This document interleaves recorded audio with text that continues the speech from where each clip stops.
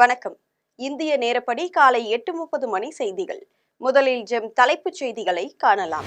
பிரதமர் நரேந்திர மோடி ஆகஸ்ட் 29 முதல் செப்டம்பர் 1 வரை ஜப்பான், சீனா ஆகிய நாடுகளில் சுற்றுப்பயணம். சீனாவின் தியான்ஜின் நகரில் நடைபெறும் சாங்காய் ஒத்துழைப்பு அமைப்பின் உச்சி மாநாட்டில் பங்கேற்பு. சென்னையிலும் புறநகர் பகுதிகளிலும் நேற்று மாலை முதல் விடிய விடிய பெய்த மழையால் தண்ணீர் தேக்கம். அதிக அளவாக பாரிமுனையிலும் மடிப்பாக்கத்திலும் 16 சென்டிமீட்டர் மழை பதிவு. சீனாவின் டிக்டாக் செயலிக்கு விதிக்கப்பட்ட தடை தொடர்ந்து நீடிக்கும் என்று மத்திய அரசு விளக்கம். சீன செயலிகளுக்கான தடையை நீக்குவதாக வெளியாகும் வதந்திகளை நம்ப வேண்டாம் என்றும் அறிவிப்பு. பாஜக அரசு பாசிச அரசு என்பதை உறுதிப்படுத்த நாடாளுமன்றத்தின் மழைக்கால கூட்டத்தொடரே சான்று. மோசமான கருப்பு சட்டங்களை அறிமுகப்படுத்தியது ஜனநாயகத்தின் மீதான பாசிச தாக்குதல் என்று திருமாவளவன் கருத்து. இனி விரிவான செய்திகளை காணலாம். பிரதமர் நரேந்திர மோடி ஆகஸ்ட் 29 முதல் செப்டம்பர் 1 வரை ஜப்பான், சீனா ஆகிய நாடுகளில் சுற்றுப்பயணம் மேற்கொள்ள இருக்கிறார். ஜப்பான் பிரதமர் சிகேரு இசிபாவின் அழைப்பை ஏற்று பிரதமர் மோடி ஆகஸ்ட் 29 அன்று அந்நாட்டுக்கு புறப்பட்டு செல்ல இருப்பதாக வெளியுறவு அமைச்சர் ஜெய்சங்கர் தெரிவித்துள்ளார். ஆகஸ்ட் 29, 30 ஆகிய இரு நாட்களிலும் ஜப்பானில் இருக்கும் பிரதமர் மோடி அங்கு இந்திய ஜப்பான் ஆண்டு கூட்டத்தில் பங்கேற்க உள்ளார். அப்போது இரு நாடுகளுக்கு இடையே பாதுகாப்பு, வணிகம், பொருளாதாரம், தொழில்நுட்பம், புத்தாக்கம் ஆகிய துறைகளில் உள்ள ஒத்துழைப்பை மேலும் வலுப்படுத்துவது குறித்து பேச்சு நடத்த உள்ளதாக தெரிவிக்கப்பட்டுள்ளது. பயணத்தின் இரண்டாவது கட்டமாக ஆகஸ்ட் 31ஆம் நாள் சீனாவுக்கு செல்லும் பிரதமர் மோடி அங்கு தியான்ஜின் நகரில் நடைபெறும் சாங்காய் ஒத்துழைப்பு அமைப்பின் உச்சி மாநாட்டில் பங்கேற்கிறார். அந்த மாநாட்டின் இடைவெளியில் அதில் பங்கேற்கும் தலைவர்களுடன் பேச்சு நடத்த உள்ளார். சென்னையிலும் புறநகர் பகுதிகளிலும் அண்டை மாவட்டங்களிலும் நேற்று மாலை முதல் இன்று காலை வரை விடிய விடிய மழை பெய்ததில் நகரின் தாழ்வான பகுதிகளில் தண்ணீர் தேங்கியுள்ளது. சென்னையின் பல்வேறு பகுதிகளில் நேற்று மாலை முதல் விட்டு மழை பெய்து வருகிறது. பல பகுதிகளில் இரவும் மழை நீடித்தது. இன்று அதிகாலையிலும் விடாமல் மழை பெய்தது. இதனால் நகரின் தாழ்வான பகுதிகளில் தண்ணீர் தேங்கியுள்ளது. மழைநீர் வடிகால் நிரம்பியதால் பல பகுதிகளில் தண்ணீர் குளம் போல் தண்ணீர் தேங்கியுள்ளது. சென்னை கோயம்பேட்டில் இரவு முழுவதும் நீடித்த மழையால் வடிகால்கள் நிரம்பி தெருக்களில் தண்ணீர் நின்றது. காலையிலும் மழை தொடர்ந்ததால் வேலைக்கு செல்வோர், வெளியூருக்கு செல்வோர் புறப்பட்டு செல்வதில் தாமதமானது. நேற்று காலை 8:30 மணி முதல் இன்று காலை 7 மணி வரை சென்னையில் அதிக அளவான பாரிமுனையிலும் மடிப்பாக்கத்திலும் 16 சென்டிமீட்டர் மழை பதிவாகியுள்ளது. கொரட்டூரில் 14 சென்டிமீட்டரும், நெற்குன்றத்தில் 13 சென்டிமீட்டரும், துரைப்பாக்கத்தில் 12 சென்டிமீட்டரும், மேடவாக்கத்தில் 11 சென்டிமீட்டரும் மழை பதிவாகியுள்ளது. இதேபோல் சென்னையை ஒட்டிய புறநகர் பகுதிகளிலும் இரவில் மழை பெய்து உள்ளது. செங்கல்பட்டு, காஞ்சிபுரம், திருவள்ளூர், ராணிப்பேட்டை மாவட்டங்களிலும் மழை பெய்து உள்ளது. இன்று மயிலாடுதுறை, நாகப்பட்டினம், திருவாரூர், கடலூர், தஞ்சாவூர், புதுக்கோட்டை, சிவகங்கை, ராமநாதபுரம் மாவட்டங்களில் ஓரிரு இடங்களில் கனமழை பெய்ய வாய்ப்பு உள்ளதாக சென்னை வானிலை ஆய்வு மையம் தெரிவித்துள்ளது. கனமழை காரணமாக சென்னையில் துப்புரவு தொழிலாளர் மின்சாரம் தாக்கி உயிரிழந்தார். சென்னை கண்ணகி நகரை சேர்ந்த துப்புரவு பணியாளர் வரலட்சுமி காலையில் பணிக்கு சென்றபோது தேங்கியிருந்த மழைநீரில் பரவிய மின்சாரம் தாக்கி உயிரிழந்ததாக தெரிவிக்கப்பட்டுள்ளது. சீனாவின் டிக்டாக் செயலிக்கு விதிக்கப்பட்ட தடை தொடர்ந்து நீடிக்கும் என்றும் தடையை நீக்குவதாக வெளியாகும் செய்திகளை நம்ப வேண்டாம் என்றும் மத்திய அரசு தெரிவித்துள்ளது. 2020ஆம் ஆண்டு லடாக்கில் இந்திய சீன படையினர் கைகலப்பில் ஈடுபட்டதை அடுத்து எல்லையில் பதற்றம் அதிகரித்தது. இதையடுத்து டிக்டாக் உள்ளிட்ட சீனாவின் பல்வேறு செயலிகளுக்கு இந்திய அரசு தடை விதித்தது. இந்நிலையில் டிக்டாக் இணைய வணிக தளமான அலி எக்ஸ்பிரஸ், சீன் ஆகியவற்றின் மீதான தடை நீக்கப்படுவதாக சமூக வலைதளங்களில் செய்திகள் பரவின. இதுகுறித்து விளக்கம் அளித்துள்ள மத்திய அரசு ஏற்கனவே தடை செய்யப்பட்ட டிக்டாக் உள்ளிட்ட செயலிகளின் மீதான தடையை நீக்கப் போவதில்லை என்றும் இதுகுறித்த செய்திகளை நம்ப வேண்டாம் என்றும் தெரிவித்துள்ளார். பாஜக அரசு பாசிச அரசு என்பதை உறுதிப்படுத்துவதற்கு நாடாளுமன்றத்தின் மழைக்கால கூட்டத்தொடர் சான்றாக அமைந்து உள்ளதாக விடுதலை சிறுத்தைகள் கட்சி தலைவர் திருமாவளவன் தெரிவித்துள்ளார். நாடாளுமன்றத்தின் மழைக்கால கூட்டத்தொடர் முடிந்து தில்லியில் இருந்து சென்னைக்கு திரும்பிய திருமாவளவன் விமான நிலையத்தில் செய்தியாளர்களிடம் பேசினார். அப்போது மழைக்கால கூட்டத்தொடர் நிறைவு நாளில் மக்களவையில் அறிமுகப்படுத்திய 3 சட்டங்கள் நாடாளுமன்ற ஜனநாயகத்தை குழி தோண்டி புதைக்கும் மிக மோசமான சட்டங்களாகும் எனவும் தெரிவித்தார். 30 நாட்கள் சிறையில் இருந்த முதலமைச்சர், அமைச்சர்களை பதவியில் இருந்து நீக்க வகை செய்யும் அந்த மசோதாக்களை எதிர்க்கட்சிகள் கடுமையாக எதிர்த்ததால் நாடாளுமன்ற கூட்டுக்குழுவின் பரிசீலனைக்கு அனுப்பியுள்ளதாக தெரிவித்தார். பாசிசத்தின் உச்சம் என்று சொல்லக்கூடிய வகையில் சட்டங்களை பாஜக அரசு அறிமுகப்படுத்தியுள்ளதாக குறிப்பிட்டார். மோசமான கருப்பு சட்டங்களை அறிமுகப்படுத்தி இருப்பது நாடாளுமன்ற ஜனநாயகத்தின் மீதான பாசிச தாக்குதல் என்று திருமாவளவன் தெரிவித்தார். பாஜக அரசு பாசிச அரசு என்பதை உறுதிப்படுத்த இந்த கூட்டத்தொடர் சான்றாக அமைந்து உள்ளதாகவும் அவர் தெரிவித்தார். பாசிசத்தின் உச்சம் என்று சொல்லக்கூடிய வகையில இந்த சட்டங்களை பாஜக அரசு அறிமுகப்படுத்தி இருக்கிறது. ஏற்கனவே சிஏஏ, என்பிஆர், என்ஆர்சி போன்ற சட்டங்களை அறிமுகப்படுத்தினார்கள். ஒரு கடுமையான எதிர்ப்புக்கு மத்தியிலே நிறைவேற்றம் செய்தார்கள். ஆனால் அதை நடைமுறைப்படுத்த முடியாத நிலை உச்சநீதிமன்றத்தால் ஏற்படுத்தப்பட்டிருக்கிறது. மீண்டும் அதிலிருந்து ஒரு படிப்பினையை பெற்றுக்கொள்ளாமல் மிக மோசமான ஒரு கருப்பு சட்டங்களை அறிமுகப்படுத்தி இருப்பது நாடாளுமன்ற ஜனநாயகத்தின் மீதான ஒரு பாசிச தாக்குதல். திமுக தான் அரசியல் எதிரி என விஜய் உணர்ச்சி வசப்பட்டு பேசுவதாக கூட்டுறவுத்துறை அமைச்சர் பெரிய கருப்பன் தெரிவித்துள்ளார். சிவகங்கை மாவட்ட மத்திய கூட்டுறவு வங்கிக்கு 3,25,00,000 ரூபாய் மதிப்பீட்டில் தலைமை அலுவலகம் கட்டுவதற்கான பூமி பூஜை விழா நடைபெற்றது. இதில் கூட்டுறவுத்துறை அமைச்சர் பெரிய கருப்பன், மாவட்ட ஆட்சியர் பொற்கொடி ஆகியோர் கலந்து கொண்டனர். அதன் பின்னர் செய்தியாளர்களிடம் பேசிய அமைச்சர் பெரிய கருப்பன், முதல்வர் ஸ்டாலினை அப்பா என அனைவரும் அழைக்கும் போது தாவேக தலைவர் விஜய் மாமா என்ற முறையில் கொண்டாடுகிறார் என்றால் கொண்டாடிவிட்டு போகட்டும் என்றார். ஒரு மாமா முறை கொண்டாடுறாருன்னா அவர் கொண்டாடிட்டு போறாரு. அது அவர் விருப்பப்படுறது சொல்றாரு. ஒரே இதான் அது எல்லாரும் சொல்லணுன்றது இல்லை. அவர் மாமா பிடிக்குதுன்னா மாமான்னு சொல்லிட்டு அப்படின்னு அவர் தானே சொல்லிட்டு போறாரு. அதை நீங்க ஒளிபரப்புனீங்க, நானும் கூட பார்த்தேன். அது பற்றிய விளக்கத்தை அவர்கிட்ட கேட்கணும். இல்ல யாரும் ஒதுக்கப்பட்டிருக்கிறார்களோ நேரடியா திமுகவோட மோதுறதுக்கு நான் தான் தகுதி இருக்கோம்னா அப்ப நாங்கள்லாம் இல்லையான்னு மற்றவங்க அதுல உணர்ச்சி வசப்படணுமே தவிர எங்களுக்கு ஒண்ணு. கச்சத்தீவு காங்கிரஸ் ஆட்சி காலத்தில் இலங்கைக்கு கொடுக்கப்பட்டதாகவும், ஆனால் பாஜக கொடுத்தது போல விஜய் பேசி வருவதாகவும் பாஜகவை சேர்ந்த விஜயதரணி தெரிவித்துள்ளார். தூத்துக்குடி விமான நிலையத்தில் விஜயதரணியிடம் 2026 சட்டமன்ற தேர்தலில் திமுகவுக்கும் தாவேகாவுக்கும் தான் போட்டி என்று விஜய் கூறியது குறித்து செய்தியாளர்கள் வினவினர். இதற்கு பதிலளித்த அவர், தேர்தலில் யாருக்கு யார் போட்டி என்பதை மக்கள்தான் தீர்மானிப்பார்கள் என்று தெரிவித்தார். தன்னுடைய அரசியல் எதிரியாக திமுகவையும் கொள்கை எதிரியாக பாஜகவை பார்ப்பதாக விஜய் கூறியுள்ள நிலையில் போட்டி யாரோடு என்பதை அவர் முடிவு செய்ய வேண்டும் என விஜயதரணி தெரிவித்தார். பல்வேறு குற்றச்சாட்டுகளை வச்சிருக்காரு. கச்சத்தீவு தாரை வாத்து கொடுத்தது காங்கிரஸ் ஆட்சி. ஆனால் ஏதோ இன்று இருக்கக்கூடிய பாஜக தாரை வாத்து கொடுத்தது போல ஒரு பாவனையை அவர் உருவாக்கியிருக்காரு. சரியான தகவல்களோடு அவர் பேசணும்னு நான் நினைக்கிறேன். அவர் தன்னுடைய அரசியல் எதிரியாக திமுகவையும் கொள்கை எதிரியாக பாஜகவையும் பார்க்குறேன்னு சொல்கிறாரு. அப்போது போட்டி யாரோடுங்கிறத அவர் முடிவு செய்யணும். திருவண்ணாமலை மாவட்டம் செய்யாறு அரசு கலை கல்லூரியில் மாணவிகளுக்கு ஆரணி நாடாளுமன்ற உறுப்பினர் தரணிவேந்தன், சட்டமன்ற உறுப்பினர் ஜோதி ஆகியோர் பட்டம் வழங்கி சிறப்பித்தனர்.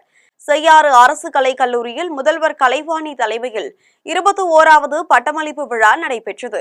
இதில் ஆரணி நாடாளுமன்ற உறுப்பினர் தரணிவேந்தன், செய்யாறு சட்டமன்ற உறுப்பினர் ஜோதி ஆகியோர் மாணவிகளுக்கு பட்டம் வழங்கினர். அதன்பின் உரையாற்றிய தரணிவேந்தன், மத்திய அரசின் மும்மொழி கொள்கையை விட தமிழக அரசின் இருமொழி கொள்கையே சிறந்தது என்று தெரிவித்தார். இந்த நிகழ்ச்சியில் கல்லூரி பேராசிரியர்கள், உதவி பேராசிரியர்கள், விரிவுரையாளர்கள், திமுக நிர்வாகிகள், மாணவிகள் கலந்து கொண்டனர்.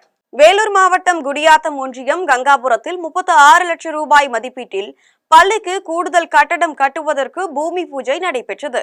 குடியாத்தம் ஒன்றியம் கங்காபுரத்தில் உள்ள ஊராட்சி ஒன்றிய நடுநிலை பள்ளிக்கு 36 லட்சம் ரூபாய் மதிப்பீட்டில் கூடுதல் கட்டடம் கட்ட பூமி பூஜை போடப்பட்டது. இதில் ஊராட்சி ஒன்றிய தலைவர் சத்யானந்தம் கலந்து கொண்டு பூமி பூஜை செய்து கட்டுமான பணியை தொடங்கி வைத்தார். நிகழ்ச்சியில் பள்ளி தலைமை ஆசிரியர் ஜோதிகுமார், திமுக ஒன்றிய அவைத்தலைவர் சேகர், பொருளாளர் பத்ரிநாத், நிர்வாகிகள் ரமேஷ், ஜீவா, பாபு, பாஸ்கரன், வஜ்ரவேல், சுதேஷ் ஆகியோர் கலந்து கொண்டனர். திருப்பூர் மாவட்டம் கொளத்துப்பாளையத்தில் சிப்காட் தொழிற்பேட்டை அமைக்க எதிர்ப்பு தெரிவித்து பொதுமக்கள் மாடுகளுடன் பேரூராட்சி அலுவலகத்தை முற்றுகையிட்டனர். கொளத்துப்பாளையத்தில் சிப்காட் தொழிற்சாலை அமைக்க பொதுமக்கள் எதிர்ப்பு தெரிவித்துள்ள நிலையில் பேரூராட்சி நிர்வாகம் உள் அமைதி வழங்கியது. இதை அறிந்து மக்கள் அனுமதியை ரத்து செய்ய கோரி மாடுகளுடன் வந்து பேரூராட்சி அலுவலகத்தை முற்றுகையிட்டனர். அரசியல் கட்சியினர், சமூக அமைப்புகள், விவசாயிகள், உள்ளூர் மக்கள் ஒருங்கிணைந்து போராட்டத்தில் கலந்து கொண்டனர். சிப்காட் தொழிற்பேட்டை தொடங்கினால் சுற்றுச்சூழல் பாதிக்கப்படும், நிலமும் நீரும் மாசுபடும் என்று கூறி முழக்கமிட்டனர். பேரூராட்சி செயல் அலுவலர் சசிகலாவை முற்றுகையிட்டு அனுமதியை ரத்து செய்ய வேண்டும் என்று வலியுறுத்தினர். இன்று நடைபெற்ற கொளத்துப்பாளையம் பேரூராட்சி நிர்வாகத்தை கண்டித்து ஒரு மாபெரும் கண்டன ஆர்ப்பாட்டத்தை இன்று நடத்தியுள்ளோம். இந்த கொளத்துப்பாளையம் பேரூராட்சிக்கு இந்த சிப்காட் நிறுவனத்தை தீர்மானத்தை நிறைவேற்றி ரத்து செய்ய வேண்டும் என்பது நாங்கள் கொடுத்த கோரிக்கை. அந்த கோரிக்கையை அவர்கள் நிராகரித்து விட்டதால் அவர்களுக்கு ஒரு கவன ஈர்ப்பு கண்டன ஆர்ப்பாட்டத்தை இன்று மாபெரும் ஒரு ஆர்ப்பாட்டத்தை நடத்தியுள்ளோம். தமிழக வெற்றி கழகத்தின் மதுரை மாநாட்டில் பெரும் கூட்டம் வந்திருந்ததால் மகிழ்ச்சி என்று விஜயின் தந்தையும் இயக்குநருமான SA சந்திரசேகர் தெரிவித்துள்ளார். தமிழக வெற்றி கழகத்தின் 2வது மாநில மாநாடு மதுரையில் நடைபெற்றது. இதில் கலந்து கொண்ட விஜயின் பெற்றோர் சந்திரசேகர், ஷோபா ஆகியோர் விமானம் மூலம் சென்னைக்கு திரும்பினர். அப்போது விமான நிலையத்தில் செய்தியாளர்களிடம் பேசிய சந்திரசேகர், மாநாட்டில் மக்கள் கூட்டம் அதிகம் இருந்ததால் மகிழ்ச்சி என தெரிவித்தார். தன்னுடைய ஆசீர்வாதம் எப்பொழுதும் விஜய்க்கு இருக்கும் எனவும் கூறினார். ரொம்ப சந்தோஷமா இருந்தாரு. நல்லா இருந்துச்சு மாநாடு. ரெஸ்பான்ஸ் நல்லா இருந்துச்சு. உங்களை கட்டி தழுவி நல்லபடியா ஒரு அன்பை செலுத்தியிருந்தாரு ஒரு அப்பா. நீங்க அவருக்கு என்ன மாதிரியான கருத்துக்களையும் ஆசீர்வாதங்களையும் வாங்குறீங்க? என்னுடைய ஆசீர்வாதம் எப்பவுமே இருக்கும். சேலத்தில் இலவச வீட்டுமனை பட்டாவிற்காக 50 ஆண்டுகளுக்கு மேலாக மனுக்கள் கொடுத்தும் நடவடிக்கை இல்லை என்று கூறி 100க்கும் மேற்பட்ட மக்கள் கழுத்தில் மனுக்களை மாலையாக அணிவித்து மாவட்ட ஆட்சியர் கார் முன் அமர்ந்து போராட்டம் நடத்தினர். சேலம் சங்கரகிரி அருகே இடங்கன சாலையில் அரசு புறம்போக்கு நிலத்தில் 50 ஆண்டுகளாக வீடு கட்டி 100க்கும் மேற்பட்ட குடும்பத்தினர் குடியிருந்து வருகின்றனர். அந்த இடத்துக்கு இலவச வீட்டுமனை பட்டா வழங்க கோரி மனுக்கள் வழங்கியும் நடவடிக்கை எடுக்கவில்லை. இதனால் மனுக்களை கழுத்தில் மாலையாக அணிந்து கொண்டு 100க்கும் மேற்பட்ட மக்கள் சேலம் மாவட்ட ஆட்சியர் அலுவலகத்தில் ஆட்சியரின் கார் முன் அமர்ந்து போராட்டத்தில் ஈடுபட்டனர். ஆட்சியரை நேரில் சந்தித்துதான் மனு அளிப்போம் என்று கூறியதால் காவல்துறையினருக்கும் பொதுமக்களுக்கும் இடையே வாக்குவாதம் ஏற்பட்டது. சேலம் உருக்காலையில் ஆள் பற்றாக்குறையை போக்கிட நிரந்தர பணியாளர்களை பணி அமர்த்த கோரி CIDU தொழிற்சங்கத்தினர் ஆர்ப்பாட்டத்தில் ஈடுபட்டனர். சேலம் உருக்காலை CIDU தொழிற்சங்கத்தினர் ஆலை நுழைவாயில் முன்பு ஆர்ப்பாட்டத்தில் ஈடுபட்டனர். அப்போது சேலம் உருக்காலை சிறப்பாக செயல்பட ஆள் பற்றாக்குறையை போக்கிட நிரந்தர பணியாளர்களை பணியமர்த்த வேண்டும், தேக்க நிலையில் உள்ள உற்பத்தி பொருட்களை உடனடியாக விற்பனை செய்ய ஏற்பாடு செய்ய வேண்டும் என்று வலியுறுத்தினர். சங்கத்தின் தலைவர் கந்தசாமி தலைமையில் நடைபெற்ற ஆர்ப்பாட்டத்தில் பொதுச் செயலாளர் சுரேஷ்குமார் கண்டன உரையாற்றினார். மயிலாடுதுறை மாவட்டத்தில் 12ஆம் வகுப்பு தேர்ச்சி பெற்ற உயர்கல்வி நிறுவனங்களில் சேராத மாணவர்களை உயர்கல்வி நிறுவனங்களில் சேர்ந்து படிக்க வழிவகை செய்ய உயர்கல்வி வழிகாட்டுதல் நிகழ்ச்சி நடைபெற்றது. மயிலாடுதுறை தர்மபுரம் ஆதீனம் கலைக்கல்லூரியில் திறன் மேம்பாட்டு கழகத்துடன் இணைந்து பள்ளி கல்வித்துறையால் உயர்கல்வி வழிகாட்டுதல் நிகழ்ச்சி நடத்தப்பட்டது. கோட்டாட்சியர் விஷ்ணுபிரியா தலைமையேற்று மாணவ மாணவிகளுக்கு அறிவுரைகளை வழங்கினார். இதில் மயிலாடுதுறை மாவட்டத்தில் உள்ள பொறியியல் கல்லூரி, கலை அறிவியல் கல்லூரி, பாலிடெக்னிக் கல்லூரிகள், தொழிற்பயிற்சி நிலையங்கள் ஆகியவற்றின் நிர்வாகிகள் மாணவ மாணவிகளை கல்லூரியில் உடனடியாக சேர்க்க நடவடிக்கை மேற்கொண்டனர். இதில் மாவட்ட முதன்மை கல்வி அலுவலர், மாவட்ட வேலைவாய்ப்பு அலுவலர், திறன் மேம்பாட்டு கழக அலுவலர்கள் கலந்து கொண்டனர். புதுச்சேரியில் தேனியை சேர்ந்த தனியார் கட்டுமான நிறுவனத்திற்கு ஆள் சேர்ப்பு உரிமம் வழங்க 1 லட்சம் ரூபாய் லஞ்சம் வாங்கிய உதவி தொழிலாளர் ஆணையரை CBI அதிகாரிகள் கைது செய்து 20 மணி நேரம் விசாரணை நடத்தியுள்ளனர். புதுச்சேரி ரெட்டியார்பாளையத்தில் உள்ள உதவி தொழிலாளர் ஆணையர் அலுவலகம் தனியார் நிறுவனங்களில் பணிபுரியும் தொழிலாளர்களின் ஊதிய உயர்வு, போனஸ், பணி நிரந்தரம் உள்ளிட்ட பல்வேறு பிரச்சனைகளுக்கு பேச்சு நடத்த சமரச தீர்வு காணும் இங்கு உதவி தொழிலாளர்கள் ஆணையராக பணியாற்றி வரும் ரமேஷ்குமார் தனியார் நிறுவனங்களுக்கு ஆள் சேர்ப்பு உரிமம் வழங்க லஞ்சம் வாங்குவதாக CBIக்கு புகார் சென்றது. அந்த புகாரில் முகாந்திரம் இருந்ததால் சென்னை CBI அலுவலகத்தில் இருந்து DSP சேதுமாதவன் தலைமையிலான 6 பேர் கொண்ட குழுவினர் கடந்த 5 நாட்களாக புதுச்சேரியில் முகாமிட்டு கண்காணித்து வந்தனர். இந்நிலையில் பைக்கில் வந்தவர் உதவி தொழிலாளர் ஆணையர் ரமேஷ்குமாரிடம் 1 லட்சம் ரூபாயை கொடுத்தபோது அங்கு பதுங்கியிருந்த சிபிஐ குழுவினர் இருவரையும் கையும் களவுமாக பிடித்தனர்.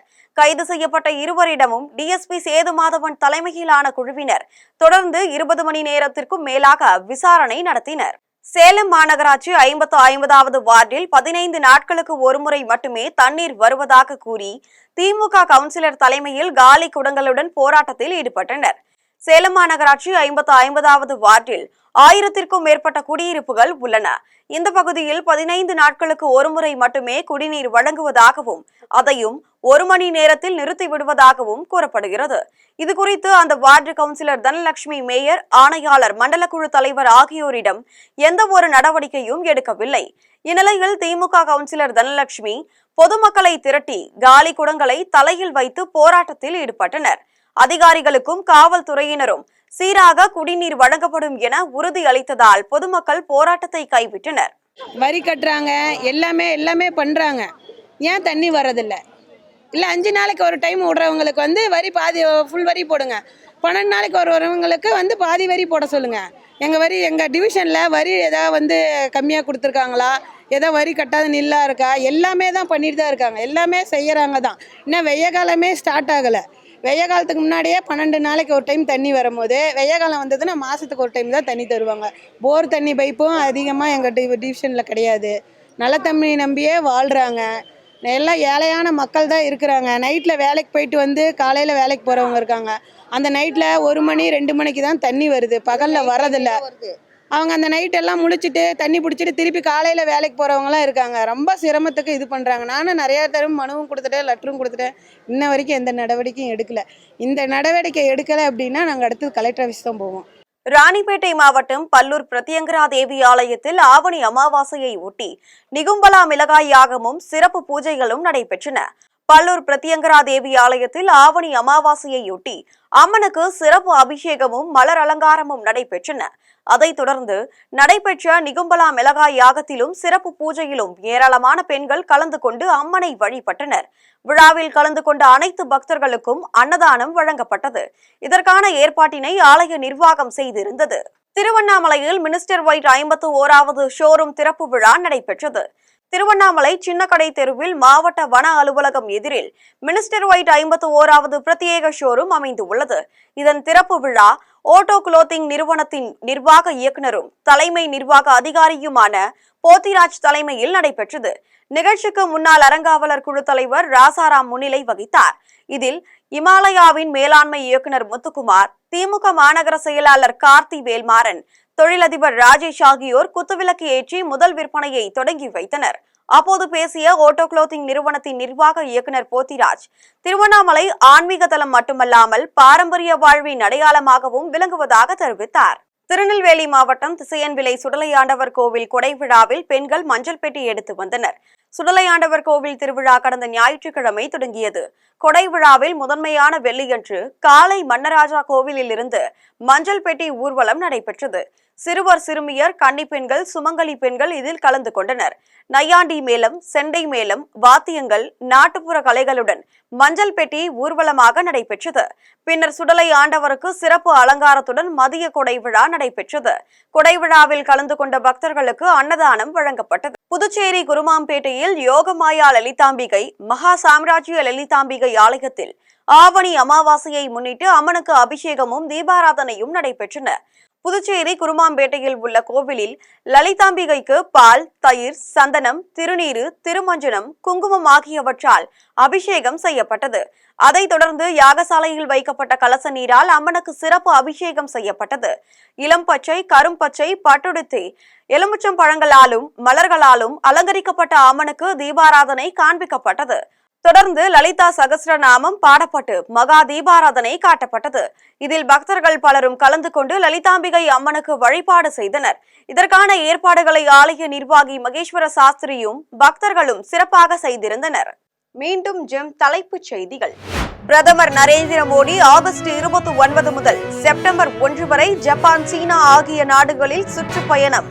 சீனாவின் தியான்ஜின் நகரில் நடைபெறும் சாங்காய் ஒத்துழைப்பு அமைப்பின் உச்சி மாநாட்டில் பங்கேற்பு. சென்னையிலும் புறநகர் பகுதிகளிலும் நேற்று மாலை முதல் விடிய விடிய பெய்த மழையால் தண்ணீர் தேக்கம். அதிக அளவாக பாரிமுனையிலும் மடிப்பாக்கத்திலும் 16 சென்டிமீட்டர் மழை பதிவு. சீனாவின் டிக்டாக் செயலிக்கு விதிக்கப்பட்ட தடை தொடர்ந்து நீடிக்கும் என்று மத்திய அரசு விளக்கம். சீன செயலிகளுக்கான தடையை நீக்குவதாக வெளியாகும் வதந்திகளை நம்ப வேண்டாம் என்றும் அறிவிப்பு. பாஜக அரசு பாசிச அரசு என்பதை உறுதிப்படுத்த நாடாளுமன்றத்தின் மழைக்கால கூட்டத்தொடரே சான்று. மோசமான கருப்பு சட்டங்களை அறிமுகப்படுத்தியது ஜனநாயகத்தின் மீதான பாசிச தாக்குதல் என்று திருமாவளவன் கருத்து. இத்துடன் ஜெம் செய்திகள் நிறைவடைகின்றன. மீண்டும் ஜெம் செய்திகள் மதியம் 1:30 மணிக்கு. உடனுக்குடன் செய்திகளை காண gemlive.tv என்ற இணையதளத்தில் இணைந்து இருங்கள். நன்றி, வணக்கம்.